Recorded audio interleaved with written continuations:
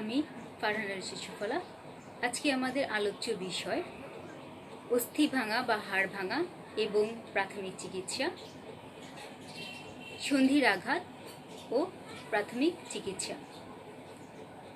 এই বিষয়গুলো জানার পূর্বে অত্যন্ত গুরুত্বপূর্ণ কিছু বিষয় সম্পর্কে সম্যক ধারণা থাকা প্রয়োজন, যেমন টিস্যু বা কলা, কঙ্কালতন্ত্র, বোনস, অস্থি সন্ধি বা জয়েন্টস। প্রথমেই আমরা আসি টিস্যু বা কলা কি। এর আগে আমরা পড়েছিলাম, কিন্তু যেহেতু আমাদের এই কোশ্চেনগুলো বা আজকে আমাদের যে বিষয়গুলো সেটার সাথে এটা ওতপ্রোতভাবে জড়িত আছে, তাই কিছু এ সম্পর্কে কিছু ধারণাটা আমাদের নিয়ে রাখা প্রয়োজন। টিস্যু বা কলা নির্দিষ্ট ভ্রূণীয় স্তর থেকে উৎপন্ন সম বা অসম আকৃতির কতগুলো কোষ যখন সম্মিলিতভাবে প্রায় একই ধরনের কাজ সম্পাদন করে থাকে, তখন তাকে সেই সমষ্টিগত কোষকে একত্রে বলা হয় হচ্ছে গিয়ে কোষ বা টিস্যু। এটা চারটা প্রকার: epithelial tissue, connective tissue, muscular tissue এবং নার্ভাস টিস্যু। এপিথেলিয়াল টিস্যু বা আবরণী কলা, যোজক কলা বা কানেকটিভ টিস্যু।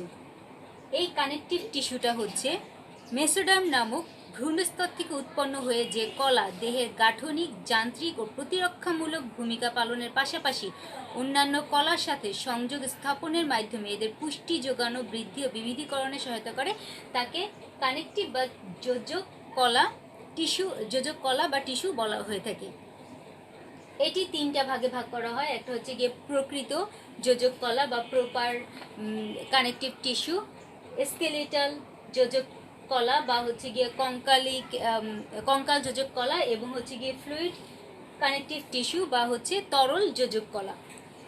এর মধ্যে সাধারণত প্রকৃতির মধ্যে শ্বেততন্তুময় যে যোজক কলা থাকে, তারপর হচ্ছে মেদ কলা থাকে, পিত্তন্তিময় যোজক কলা, এগুলা এর মধ্যে পাওয়া যায়। স্কেলেটাল যেটা, সেটা হচ্ছে তরুণাস্থি এবং অস্থি নির্মিত হয়ে থাকে। ফ্লুইড হচ্ছে রক্ত ও লসিকা। মাস্কুলার টিস্যু হচ্ছে গিয়ে ঐচ্ছিক, অনৈচ্ছিক বা মসৃণ এবং কার্ডিয়াক বা হৃদপেশি নিয়ে গঠিত হয়ে থাকে। এই তিনটা ভাগে ভাগ করা হয়ে থাকে।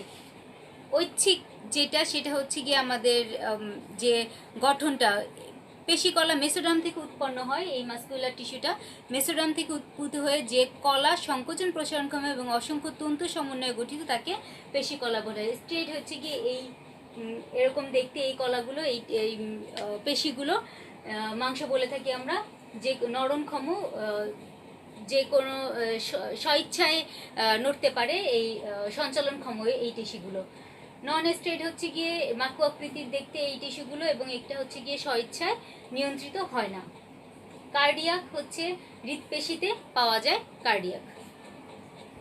নার্ভাস টিস্যু যেটা নার্ভাস নিউরন এবং নিউরোগ্লিয়া নিয়ে গঠিত হয়ে থাকে। এটা ভ্রূণীয় একটোডার্ম থেকে উৎপন্ন হয়। যে কলা কোনো উদ্দীপনা গ্রহণ করে তার উপযুক্ত প্রতিবোধন সৃষ্টি করতে সক্ষম, তাকে হচ্ছে গিয়ে স্নায়ু কলা বা নার্ভাস টিস্যু বলা হয়ে থাকে। এখানে অসংখ্য নিউরন এবং কিছু হচ্ছে গিয়ে সংখ্যক নিউরোগ্লিয়া থাকে উপস্থিত। এরপর আসবো কঙ্কাল তন্ত্র। মানবদেহের যে অঙ্গতন্ত্র অস্থি, তরুণাস্থি, নখ, চুল, লোম নিয়ে গঠিত, তাকে হচ্ছে কঙ্কালতন্ত্র বলে। এটা দুইটা প্রকার, একটা হচ্ছে এক্সোস্কেলিটন বা বহিক কঙ্কাল, একটা হচ্ছে অন্তঃকঙ্কাল। বহিক কঙ্কাল কাকে বলছে? নখ, লোম, চুল নিয়ে গঠিত এবং এটা বাইরের থেকে দেখা যায়। এন্ডোস্কেলিটন হচ্ছে অস্থি, তরুণাস্থি, এটা ভিতর থেকে দেখা যায়। এটার কাজ কি? এদের কাজ হচ্ছে দেহের কাঠামো গঠন, নির্দিষ্ট আকৃতি দান করে, দৃঢ়তা, অবলম্বন, সংরক্ষণ, পেশি সংযোগন, অস্থি সন্ধি গঠন করে, নড়াচড়ায় সাহায্য করে থাকে। ক্যালসিয়াম এবং ফসফরাস এখানে সঞ্চিত অবস্থায় থাকে। এরপর যেহেতু আমাদের অস্থি ভাঙা, হাড় ভাঙা, অস্থিটা কি বা হাড়টা কি সেটা দেখি। বোনস, অস্থি হচ্ছে দেহের সর্বাপেক্ষা সুদৃঢ় কলা। এর হচ্ছে ম্যাট্রিক্স, বিভিন্ন ধরনের জৈব অজৈব বস্তু পাওয়া যায় ম্যাট্রিক্সে। এটা জৈব পদার্থ হচ্ছে 40% পাওয়া যায় এবং অজৈব পদার্থ 60% পাওয়া যায়। জৈব অংশটি কোলাজেন এবং অস্মিকয়েড দিয়ে গঠিত। অজৈব অংশটিতে হচ্ছে ক্যালসিয়াম ফসফেট এবং ক্যালসিয়াম কার্বনেট পাওয়া যায়। 3 ধরনের অস্থিকোষ দেখা যায় এদের মধ্যে, সেটা হচ্ছে অস্টিওব্লাস্ট, অস্টিওক্লাস্ট এবং পেরিঅস্টিয়াম। এটা হচ্ছে এই কলা হচ্ছে মেরুদণ্ডী প্রাণীর দৈহিক কাঠামো নির্মাণ করে। প্রকারভেদ 2 ধরনের দেখা যায়, একটা হচ্ছে কম্প্যাক্ট বোন, একটা হচ্ছে কি স্পঞ্জি বোন। কম্প্যাক্ট বা নিরেট বা দৃঢ় অস্থি যেটা, সেটা হচ্ছে গিয়ে ফিমার এবং হিউমেরাস এই ধরনের অন্তর্গত, এটা হচ্ছে পুরো নিরেট। স্পঞ্জি বোন হচ্ছে গিয়ে চাপা অস্থিখলিতে এবং এখানে সূক্ষ্ম ব্যবধায়ক থাকে, এই অস্থিগুলোর মধ্যে সূক্ষ্ম ব্যবধায়ক থাকে, এর জন্য একে স্পঞ্জের মতো দেখতে দেখা যায়। চাপা অস্থিগুলোতে এবং মাথার খুলিতে এই স্পঞ্জি বোনটা দেখা যায়। জয়েন্টস বা অস্থি সন্ধি, 2 বা ততোধিক অস্থির সংযোগ স্থলকে বলা হয়ে থাকে হচ্ছে অস্থি সন্ধি। অস্থিগুলো পরস্পরের সাথে যোজক কলা দিয়ে এমনভাবে যুক্ত থাকে, এগুলো এমনভাবে যুক্ত থাকে যাতে সংলগ্ন অস্থিগুলো বিভিন্ন মাত্রায় সঞ্চালিত হতে পারে। কোনো কোনো অস্থি একেবারেই অনড়, মানে নড়াচড়া করে না, এবং কোনো কোনো অস্থি হচ্ছে গিয়ে সঞ্চালনক্ষম। অনড় যে অস্থিগুলো সেটা করটিক অস্থিসমূহ যেগুলো সেখানে দেখা যায়, আর যেগুলো সঞ্চালনক্ষম আন্তঃকশেরুকীয় কশেরুকীয় যে অস্থিগুলো সেখানে এই সঞ্চালনক্ষম অস্থিগুলো বলা হয়ে থাকে। এবং এটা মুক্ত স্বচ্ছন্দে সঞ্চালন হয়ে থাকে। এদের গঠন হচ্ছে গিয়ে তিনটা উপায়ে, 3টা প্রকার থাকে: অস্থিসন্ধির বহির্ভাগ, অস্থিসন্ধির আবরণী এবং অস্থিসন্ধির গহ্বর।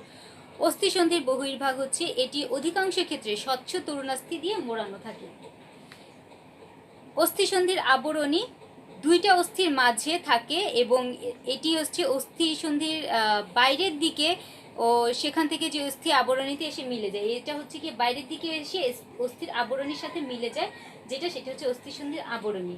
আর অস্থিসন্ধির গহ্বর হচ্ছে, এই গহ্বর এমন একটা সংকীর্ণ ফাঁকের মতো অংশ যা সন্ধির তরুণাস্থির বহির্ভাগ থেকে অস্থিসন্ধির আবরণী দিয়ে চারিদিকে আবদ্ধ থাকে।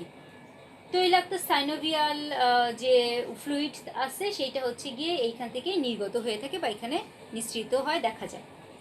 এটা 3টা টাইপস আছে, 3 ধরনের দেখা যায়: তন্তুময় সন্ধি, তরুণাস্থিময় সন্ধি এবং সাইনোভিয়াল সন্ধি।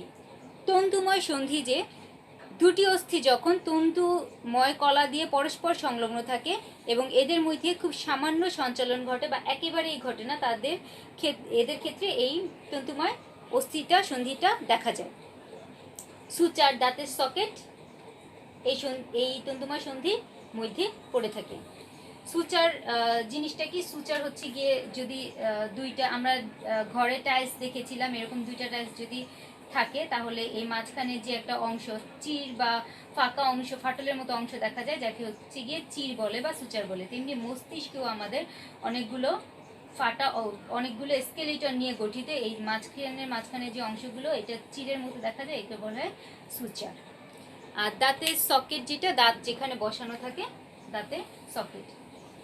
তরুণাস্থিময় সন্ধি যে অস্থি সন্ধিতে 2টি অস্থির সংযোগ তরুণাস্থি নিয়ে গঠিত, তাকে বলা হয়েছে গিয়ে তরুণাস্থিময় সন্ধি। তরুণাস্থি, এটাও তরুণাস্থি, এই 2টা বোনস এবং এটা তরুণাস্থি নিয়ে আবৃত থাকতেছে, মানে তরুণাস্থি মাঝখানে অবস্থান করছে। শ্রোণীদেশে আন্তঃকশেরুকীয় চাকতিতে বা স্টার্নামে এটা দেখা যায়। সাইনোভিয়াল সন্ধি, সাইনোভিয়াল গহ্বর সমন্বিত অস্থি সন্ধিকে সাইনোভিয়াল অস্থি সন্ধি বলা হয়। এখানে সাইনোভিয়াল গহ্বর, সাইনোভিয়াল ঝিল্লি, তন্তুময় ঝিল্লি, এবং এটা যার সাথে লেগে থাকে সেটা হচ্ছে কি বলে লিগামেন্ট। এই অস্থি সন্ধি এবং অস্থিগুলো বা কোথায় আছে, অস্থির কাজটা কি, অস্থি কত প্রকার, কোথায় কোথায় পাওয়া যায়, কঙ্কালটা কি ধরনের, সে সম্বন্ধে আমরা জানলাম। এই সম্বন্ধীয় এবং এই যে পড়াটা আজকে আমরা পড়বো, যে আলোচ্য বিষয়টা অস্থি ভাঙা বা হাড় ভাঙা এবং প্রাথমিক চিকিৎসা আর সন্ধির আঘাত ও প্রাথমিক চিকিৎসা, সেখানে যদি আমরা এই সন্ধিটা কি জিনিস সেটা না জানি তাহলে আমরা এটা বুঝতে পারতাম না। এই জন্য আজকে আমাদের এটা ক্লাসের প্রথমেই আলোচ্য বিষয় ছিল। বোনস, যেহেতু হাড় ভাঙা, হাড়টা কি জিনিস, হাড়টা কত প্রকার, কোথায় কোথায় থাকতেছে, কে কোন হাড়ের বৈশিষ্ট্য, সেটা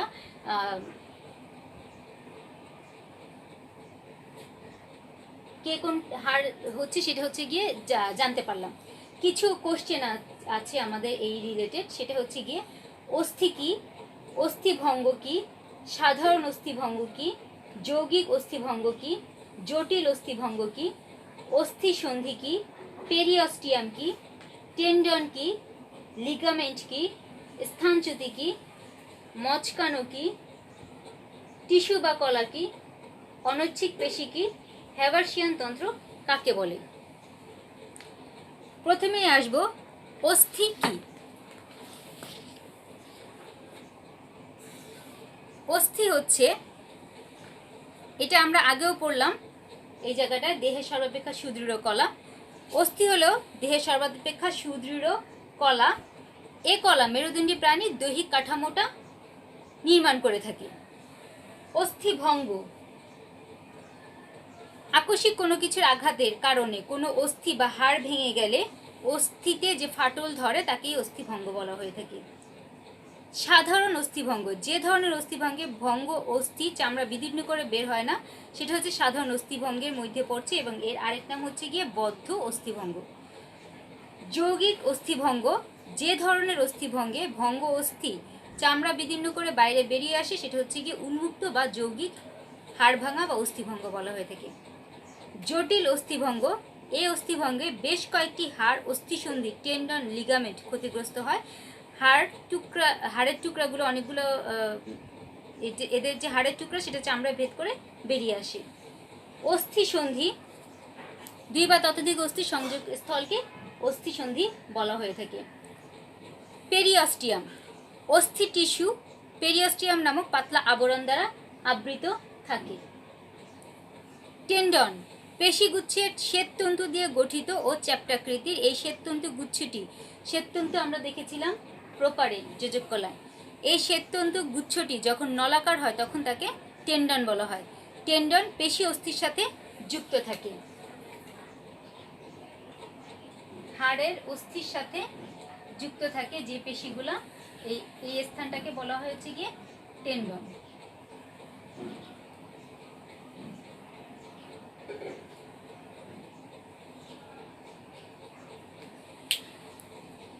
লিগামেন্ট, সন্ধি সৃষ্টিকারী অস্থিগুলোর সংযোগকারী আর্টিকুলার ক্যাপসুল, পুরু বা মোটা করার বস্তু হলো লিগামেন্ট। এটি হচ্ছে সন্ধি স্থলের অস্থিগুলোকে যথাস্থানে সুরক্ষিত রাখতে সাহায্য করে। টিস্যু বা কলা, নির্দিষ্ট ভ্রূণীয় স্তর থেকে উৎপন্ন সম বা অসম আকৃতির কতগুলো কোষ যখন সম্মিলিতভাবে প্রায় একই ধরনের কার্য সম্পাদন করে, তখন সেই সমষ্টিগত কোষকে একত্রে টিস্যু বা কলা বলা হয়ে থাকে। স্থানচ্যুতি, একটি অস্থিসন্ধিতে অবস্থিত দুইটি অস্থির মধ্যে একটি সরে যাওয়াকে স্থানচ্যুতি বলা হয়ে থাকে। সাধারণত কাঁধ, কনুই, কবজি, বৃদ্ধাঙ্গুলি এতে ইত্যাদি অঙ্গগুলোতে স্থানচ্যুতি হতে দেখা যায়। মচকানো, অস্থিসন্ধিতে আঘাতের ফলেও সন্ধিকে অবলম্বন দানকারী লিগামেন্ট যদি প্রসারিত হয়ে যায় বা ছিঁড়ে যায়, তখন তাকে বলা হয়ে থাকে হচ্ছে মচকানো, সেই অবস্থাকে। অনৈচ্ছিক পেশি,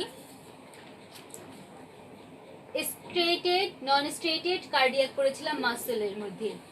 অনৈচ্ছিক পেশি, নন স্ট্রেটেড বা মসৃণ পেশি, এই পেশিগুলো মাকু আকৃতির হয়ে থাকে। এই পেশির সংকোচন প্রাণীর ইচ্ছা নির্ভর নয়, এই জন্য একে অনৈচ্ছিক পেশি বলা হয়ে থাকে। হ্যাভার্সিয়ান তন্ত্র, নিরেট অস্থির ম্যাট্রিক্স কতগুলো স্তরে সাজানো থাকে, এটা একটা হ্যাভার্সিয়ান তন্ত্র। এখানে স্তরগুলোকে প্রায় 5 থেকে 15টি ম্যাট্রিক্স স্তর এইগুলো সাজানো থাকে। স্তরগুলোকে ল্যামিলি বলা হয়। ল্যামিলি একটি সুস্পষ্ট নালীর চারিদিকে চক্রাকারে বিন্যস্ত অবস্থায় থাকতেছে। কেন্দ্রীয় নালীকে হ্যাভার্সিয়ান নালী বলা হয়। কেন্দ্রীয় যে নালীটা থাকে সেটাকে বলা হয়েছে হ্যাভার্সিয়ান নালী। প্রতিটি হ্যাভার্সিয়ান নালী ও একে বেষ্টনকারী ল্যামেলি সমন্বয়ে হ্যাভার্সিয়ান তন্ত্র গঠিত হয়। এটা হ্যাভার্সিয়ান নালী এবং এগুলো হচ্ছে গিয়ে এর বেষ্টনকারী ল্যামেলি, এটা হচ্ছে ল্যামেলি। এই পুরাটাকে একত্রে বলা হয় হচ্ছে হ্যাভার্সিয়ান তন্ত্র। এটা অস্থিকোষ, এই অস্থিকোষগুলো এই নালী তন্ত্রের মধ্যে ঘিরে থাকে। ল্যাকুনা, প্রত্যেকটা হচ্ছে ল্যাকুনা। নালীর মধ্যে হচ্ছে গিয়ে ধমনী, শিরা এবং লসিকা নালী দেখা যায়। এই তিনটা নিয়ে এই হ্যাভার্সিয়ান নালীটা গঠিত এবং পুরো অংশটাকে বলা হচ্ছে কি হ্যাভার্সিয়ান তন্ত্র।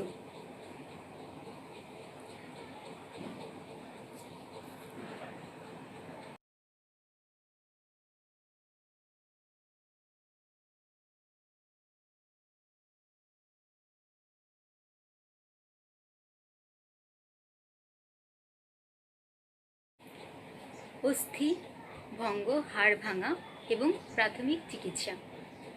আকস্মিক কোনো আঘাতের ফলে অস্থি যদি ভেঙে যায় বা অস্থিতে যদি ফাটল দেখা যায় তবেই তাকে বলা হচ্ছে কি অস্থি ভঙ্গ বা হাড় ভাঙা। অর্থাৎ অস্থির মধ্যে যে কোনো ধরনের ভঙ্গুর দশার যে অবস্থাটা সৃষ্টি হয় সেটাই হচ্ছে কি হাড় ভাঙা। হাড় ভাঙাটা 3 প্রকারের রয়েছে, যেমন সাধারণ বা সিম্পল, যৌগিক বা কম্পাউন্ড এবং হচ্ছে জটিল বা কমপ্লেক্স। সাধারণ অবস্থা যেটা তাতে দেখা যায় কি এটা একটা চামড়া, এটা হাড়ের অংশ এখানে যে অস্থি ভঙ্গে অস্থিটা ভেঙে চামড়া বিদীর্ণ করে বাইরে বের হয়ে আসে না, সেই ধরনের অবস্থাকে বলা হয়েছে গিয়ে সাধারণ অস্থিভঙ্গ। ভাঙা অংশটা চামড়ার মধ্যে অবস্থান করছে, শুধুমাত্র হাড়টা 2 টুকরা হয়ে যায় এবং এই অবস্থাটাকে আরেকটা নাম হচ্ছে গিয়ে বদ্ধ অস্থিভঙ্গ। সাধারণ অস্থিভঙ্গে যে সব লক্ষণ দেখা যায়, যেমন হচ্ছে গিয়ে এটা অ্যাকচুয়ালি দুশ্চিন্তা হওয়ার মতো কোনো কারণ নাই। এই লক্ষণগুলা দেখা যায় যে ফুলে যাওয়া, কালো শিরা পড়া, প্রচণ্ড ব্যথা হওয়া, ব্যথা সারতে দেরি হওয়া, এইসব অসারবোধ হওয়া বা হচ্ছে গিয়ে পদ বা সন্ধির ভুল জায়গায় স্থাপন, সামান্য জন্য জিনিস বহন করতে গেলেও এখানে কষ্ট হয়ে থাকে। এগুলো হচ্ছে গিয়ে এদের লক্ষণ। ফার্স্ট এইড কী হবে, এটা প্রাথমিক চিকিৎসা যেটা সেটা হচ্ছে গিয়ে ভাঙা হাড়ের জায়গায় রক্ত প্রবাহ ঠিক মতো আছে কিনা সেটা আগে দেখতে হবে, সঞ্চালন এবং রক্ত প্রবাহ ঠিক আছে কিনা, এবং ভাঙা হাড়টা যাতে সুন্দর মতো বসে যেতে পারে সেটার জন্য বিভিন্ন বাঁশের চটি বা হচ্ছে গিয়ে কাঠের খণ্ড এটার সাথে লাগিয়ে দিতে হবে যাতে এই অংশটা আবার জুড়ে যায়। এবং হচ্ছে গিয়ে আঘাত পাওয়ার যে স্থানটা যেখানে আঘাত পাওয়া হচ্ছে সেই অঙ্গটা হচ্ছে গিয়ে 6 থেকে 10 ইঞ্চি মতো উঁচু করে রাখতে হবে যাতে রক্ত সঞ্চালন বা প্রবাহ যাতে ঠিক থাকে, সেটার জন্য এটা 6 থেকে 10 ইঞ্চি উঁচুতে রাখতে হবে। মাথা, ঘাড়, শরীরের বিভিন্ন অংশ সাবধানে নাড়াচাড়া করতে হবে এবং বা এই অংশটাতে বরফও হচ্ছে গিয়ে লাগানো যেতে পারে যখন এই অবস্থাটা সৃষ্টি হবে। পরবর্তী ধাপে এটা হচ্ছে প্রাথমিক এইড, মানে ফার্স্ট এইডের যে বিষয়টা সেটা আমরা দেখলাম। পরবর্তী ধাপে এটা ওকে চিকিৎসকের কাছে নিতে হবে এবং চিকিৎসক প্লাস্টার লাগিয়ে দিলে প্রয়োজনীয় ওষুধ এবং হচ্ছে কি এদের বিভিন্ন যে পথ্যগুলো আছে সেগুলো নিতে পারবে। সাধারণত এটা 8 সপ্তাহের মতো সারতে লেগে থাকে, মানে 7 থেকে 8 সপ্তাহের মতো লেগে থাকে এবং এটার যখন সাধারণ অস্থিভঙ্গ হয় তখন অ্যাকচুয়ালি দুশ্চিন্তা সেরকম কিছু না, জাস্ট ফুলে ওঠে বা ব্যথা অনেকদিন রয়ে যায় বা সারলেও খুব দ্রুতও সারতে পারে বা ব্যথা অনেক দেরিতেও সারতে পারে। এরপর আসবো যৌগিক বা কম্পাউন্ড। যৌগিক হাড় ভাঙা হচ্ছে কি উন্মুক্ত হাড় ভাঙাও কেন, কারণ হচ্ছে এদের যে হাড়টা আছে সেটা চামড়া ভেদ করে বাইরে বের হয়ে আসে, এই অবস্থাকে বলা হচ্ছে কি যৌগিক হাড় ভাঙা।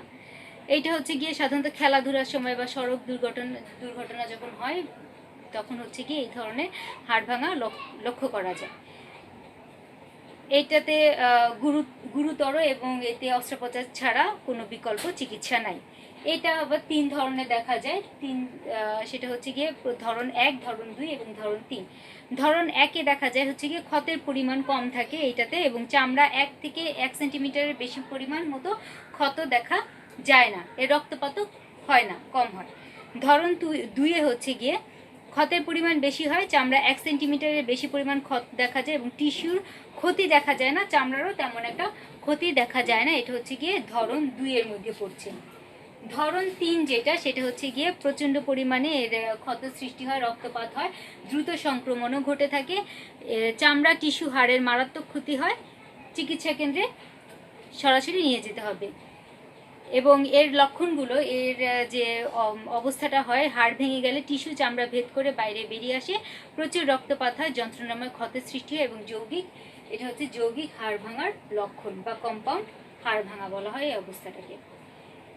জটিল বা কমপ্লেক্স, সেটা হচ্ছে গিয়ে জটিল হাড় ভাঙাটাও হচ্ছে গিয়ে যৌগিক হাড় ভাঙার মতো। এখানেও দেখা যায় যে স্কিন ভেদ করেও আসে, বা হচ্ছে এদের টুকরাটা, হাড়ের যে টুকরাটা, মানে জটিল হাড় ভাঙার ফলে বেশ কয়েকটা হাড়, অস্থি, সন্ধি, টেন্ডন, লিগামেন্ট, এগুলো হচ্ছে গিয়ে ক্ষতিগ্রস্ত হয়ে থাকে এবং বেশ কয়েকটা টুকরা সৃষ্টি হয় হাড়ের মধ্যে। এইটা আবার দুই ভাগে ভাগ করা যায়, মাল্টি ফ্র্যাগমেন্টারি এবং হচ্ছে গিয়ে কমিনিউটেড। মাল্টি ফ্র্যাগমেন্টারি বহু টুকরা বিশিষ্ট, আর কমিনিউটেড হচ্ছে গিয়ে কয়েক টুকরা বিশিষ্ট।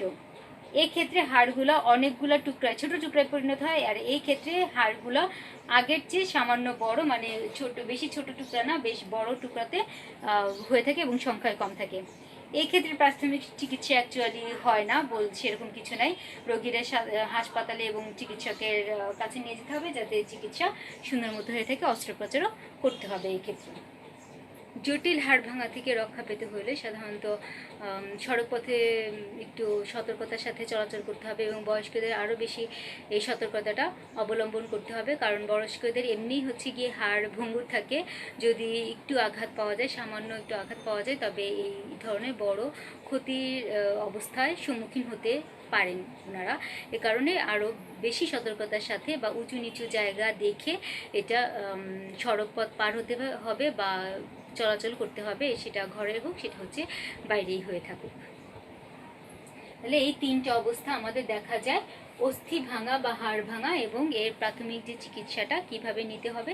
আর প্রাথমিক চিকিৎসা যেখানে হয় না, দেখা যায় যে কম্পাউন্ড জটিল এবং কম্পাউন্ডের মধ্যে এই প্রাথমিক চিকিৎসাটা সেরকম হয় না বললেই চলে। এর অবশ্য প্রাথমিক চিকিৎসা দিলেও পরবর্তীতে ডাক্তারের কাছে নিতে হবে যৌগিকের ক্ষেত্রে, কিন্তু জটিলের ক্ষেত্রে কোনো অবস্থাতেই প্রাথমিক চিকিৎসাটা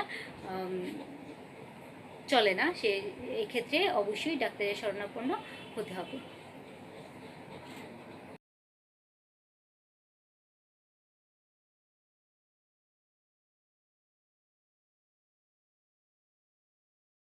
সন্ধির আঘাত ও প্রাথমিক চিকিৎসা। দুই বা ততোধিক অস্থির সংযোগস্থলকেই অস্থিসন্ধি বা জয়েন্টস বলে। একটি অস্থি অপর অস্থির যে জায়গায় মিলিত হয় সেই স্থানটাকে অস্থিসন্ধি বলা হয়ে থাকে। কোনো কারণে আঘাতের ফলে যদি একটি অস্থি অপর অস্থি থেকে সরে যায়, তবে সেই অবস্থাটাকেই বলা হচ্ছে ডিসলোকেশন বা স্থানচ্যুতি। সাধারণত মানবদেহের হাত পায়ের হাড়গুলো বেশ বড় হয়ে থাকে, এই কারণে এইখানে ঝুঁকির পরিমাণটাও বেশি দেখা যায়। অস্থিসন্ধি আঘাতপ্রাপ্ত হলে এই দুইটা হাড়, এই মাঝখানে যে জয়েন্ট, সেটা হচ্ছে অস্থিসন্ধি আঘাতপ্রাপ্ত হলে এখানে অবস্থিত লিগামেন্ট, অস্থি এবং অস্থিসন্ধির অন্যান্য টিস্যু ক্ষতিগ্রস্ত হয়ে থাকে। এই ক্ষতিটা তাৎক্ষণিক, ক্ষণস্থায়ী এবং দীর্ঘস্থায়ী হতে পারে। এই বিষয়ে ধারণা পাওয়ার জন্য দুইটা বিষয় নিয়ে আলোচনা করব, সেটা হচ্ছে ডিসলোকেশন বা স্থানচ্যুতি এবং মচকানো বা স্প্রেন্স। ডিসলোকেশন বা স্থানচ্যুতি, একটি অস্থিসন্ধিতে অবস্থিত দুটি অস্থির মধ্যে একটি সরে গেলে স্থানচ্যুতি ঘটে। সাধারণত প্রচণ্ড আঘাতে হাড়ের স্থানচ্যুতি ঘটে থাকে, এর ফলে প্রচণ্ড ব্যথা সৃষ্টি হয় এবং হাড় ভেঙে গেছে বলে মনে করা হয় এবং উপসর্গও সেরকম দেখা যায়। এর আঘাতে যে হাড়টি আঘাতে অস্থিসন্ধি বা সকেট থেকে সরে যায়, সকেট এখান থেকে সরে যাওয়ার ফলে জরুরি চিকিৎসা যদি না করা হয়, তবে সেইখানে যে লিগামেন্ট এবং স্নায়ু ক্ষতি হতে পারে, যেটাকে লিগামেন্ট বলে। অস্থিসন্ধিতে অবস্থান করে এমন যে কোনো হাড়ই স্থানচ্যুতি হতে পারে, তবে সাধারণত কাঁধ এবং আঙ্গুলের হাড়ে স্থানচ্যুতি বেশি দেখা যায়, ঘটে। লক্ষণ কি? আঙ্গুল যদি স্থানচ্যুত হয়, আঙ্গুলের যে হাড় সেটাতে যদি স্থানচ্যুত হয়, তবে হচ্ছে গিয়ে প্রায় পুরো হাতটাই অকেজো হয়ে পড়ে। যদি কাঁধে স্থানচ্যুত ঘটে, তবে হচ্ছে গিয়ে হাত ও পায়ের সঞ্চালন বন্ধ হয়ে যায় এবং প্রচণ্ড ব্যথা, কালো শিরা সৃষ্টি হয়। আর যেইখান থেকে হাড়টা বের হয়ে গেছে, মানে সরে গিয়েছে, সেই স্থানটা বেশ জায়গাটা উঁচু মনে হয়ে থাকে। প্রাথমিক চিকিৎসা বা ফার্স্ট এইড, এটা কোনো অবস্থাতেই নিজেরা চাপাচাপি করে এটা আবার পূর্বের অবস্থানে বসানো যাবে না, কারণ যদি আরও বেশি চাপাচাপি করা হয় নিজেরা, তবে সেখানে যে লিগামেন্টগুলো আছে সেগুলো আরও বেশি ক্ষতিগ্রস্ত হয়ে থাকে বা হতে পারে। কাঁধ কোনোই সন্ধি বা গোড়ালিতে স্থান যদি ঘটলে বিচ্যুত অস্থিকে যথাস্থানে বসানোর পরে ওই স্থানটিকে চটি বা ব্যান্ডেজ দিয়ে বেঁধে দিতে হবে, এবং ত্বকের ক্ষতি হলে সেখানে পানি দিয়ে পরিষ্কার করতে হবে যাতে জীবাণু সংক্রমণটা রোধ করা যায়। ক্ষতস্থান ফুলে গেলে সেখানে বরফ দিয়ে সেটাকে বরফ দিতে হবে সেখানে। দুর্ঘটনা যদি মারাত্মক হয় তবে অবশ্যই চিকিৎসকের কাছে নিতে হবে। প্রতিরোধ কি? খেলাধুলা, চলাফেরা বা যানবাহনে চলার সময় অধিক সতর্কতা অবলম্বন করতে হবে অনেক ক্ষেত্রে, এবং সেই ক্ষেত্রে ক্ষতির যে পরিমাণটা সেটা কমে আসবে, অনেকাংশেই কমে আসবে। এরপরে মচকানো বা স্প্রেন্স। মচকানো অস্থিসন্ধিতে আঘাতের ফলে, এই সন্ধি এটাতে আঘাতের ফলে সন্ধিকে অবলম্বন দানকারী লিগামেন্ট বৃদ্ধি বা টান কিংবা লিগামেন্ট ছিঁড়েও যেতে পারে, এবং এই অবস্থাটাকেই বলা হয় হচ্ছে কি মচকানো। এগুলো হচ্ছে লিগামেন্ট। লিগামেন্ট সন্ধি সৃষ্টিকারী অস্থিগুলোর সংযোগকারী আর্টিকুলার ক্যাপসুল পুরু বা মোটা করার বস্তুকে লিগামেন্ট বলে। সন্ধিস্থলে সন্ধিগুলোকে যথাস্থানে সুরক্ষিত রাখতে সাহায্য করে লিগামেন্ট।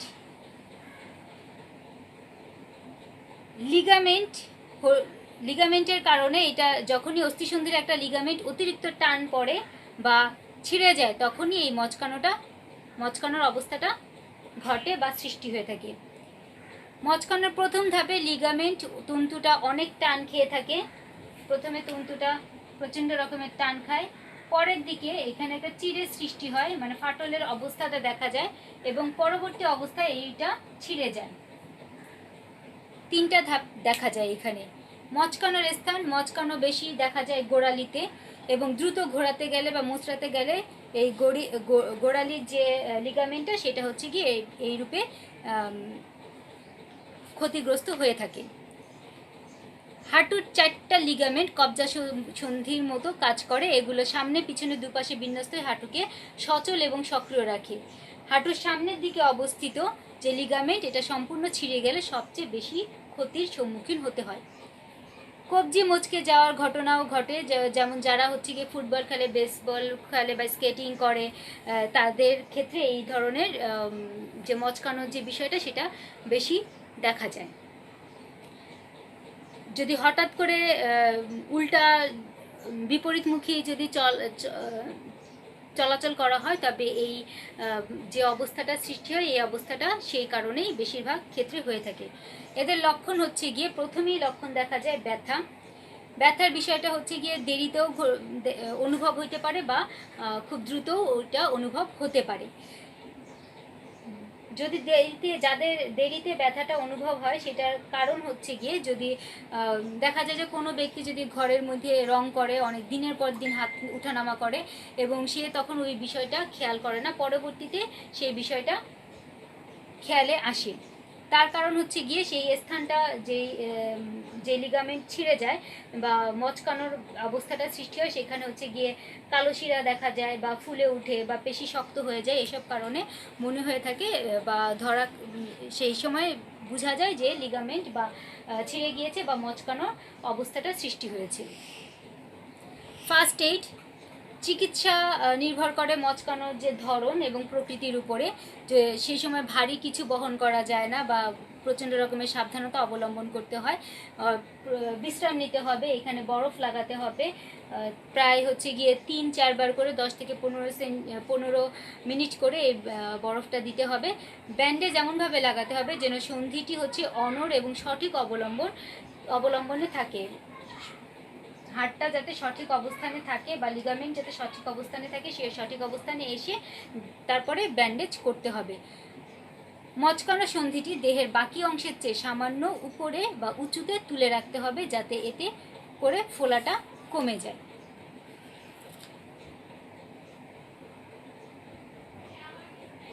আজকে আমাদের ক্লাস ছিল অস্থি ভাঙা বা হাড় ভাঙা এবং প্রাথমিক চিকিৎসা, সন্ধির আঘাত ও প্রাথমিক চিকিৎসা। এখানে কতগুলো প্রশ্ন আছে। অনৈচ্ছিক পেশি কি? হ্যাভার্সিয়ান তন্ত্র কি? যেটা আমরা আগে পড়েছি বা আগে জেনেছি। তারপর আমি একটু বলে দিই, হ্যাভার্সিয়ান তন্ত্র বা হ্যাভার্সিয়ান নালীটা হচ্ছে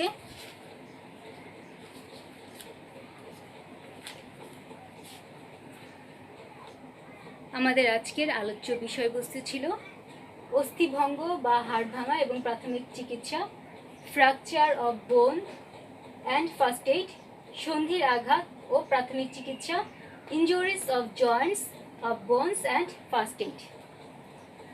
আজকের ক্লাস এ পর্যন্তই। সবাই ভালো থাকো, সুস্থ থাকো।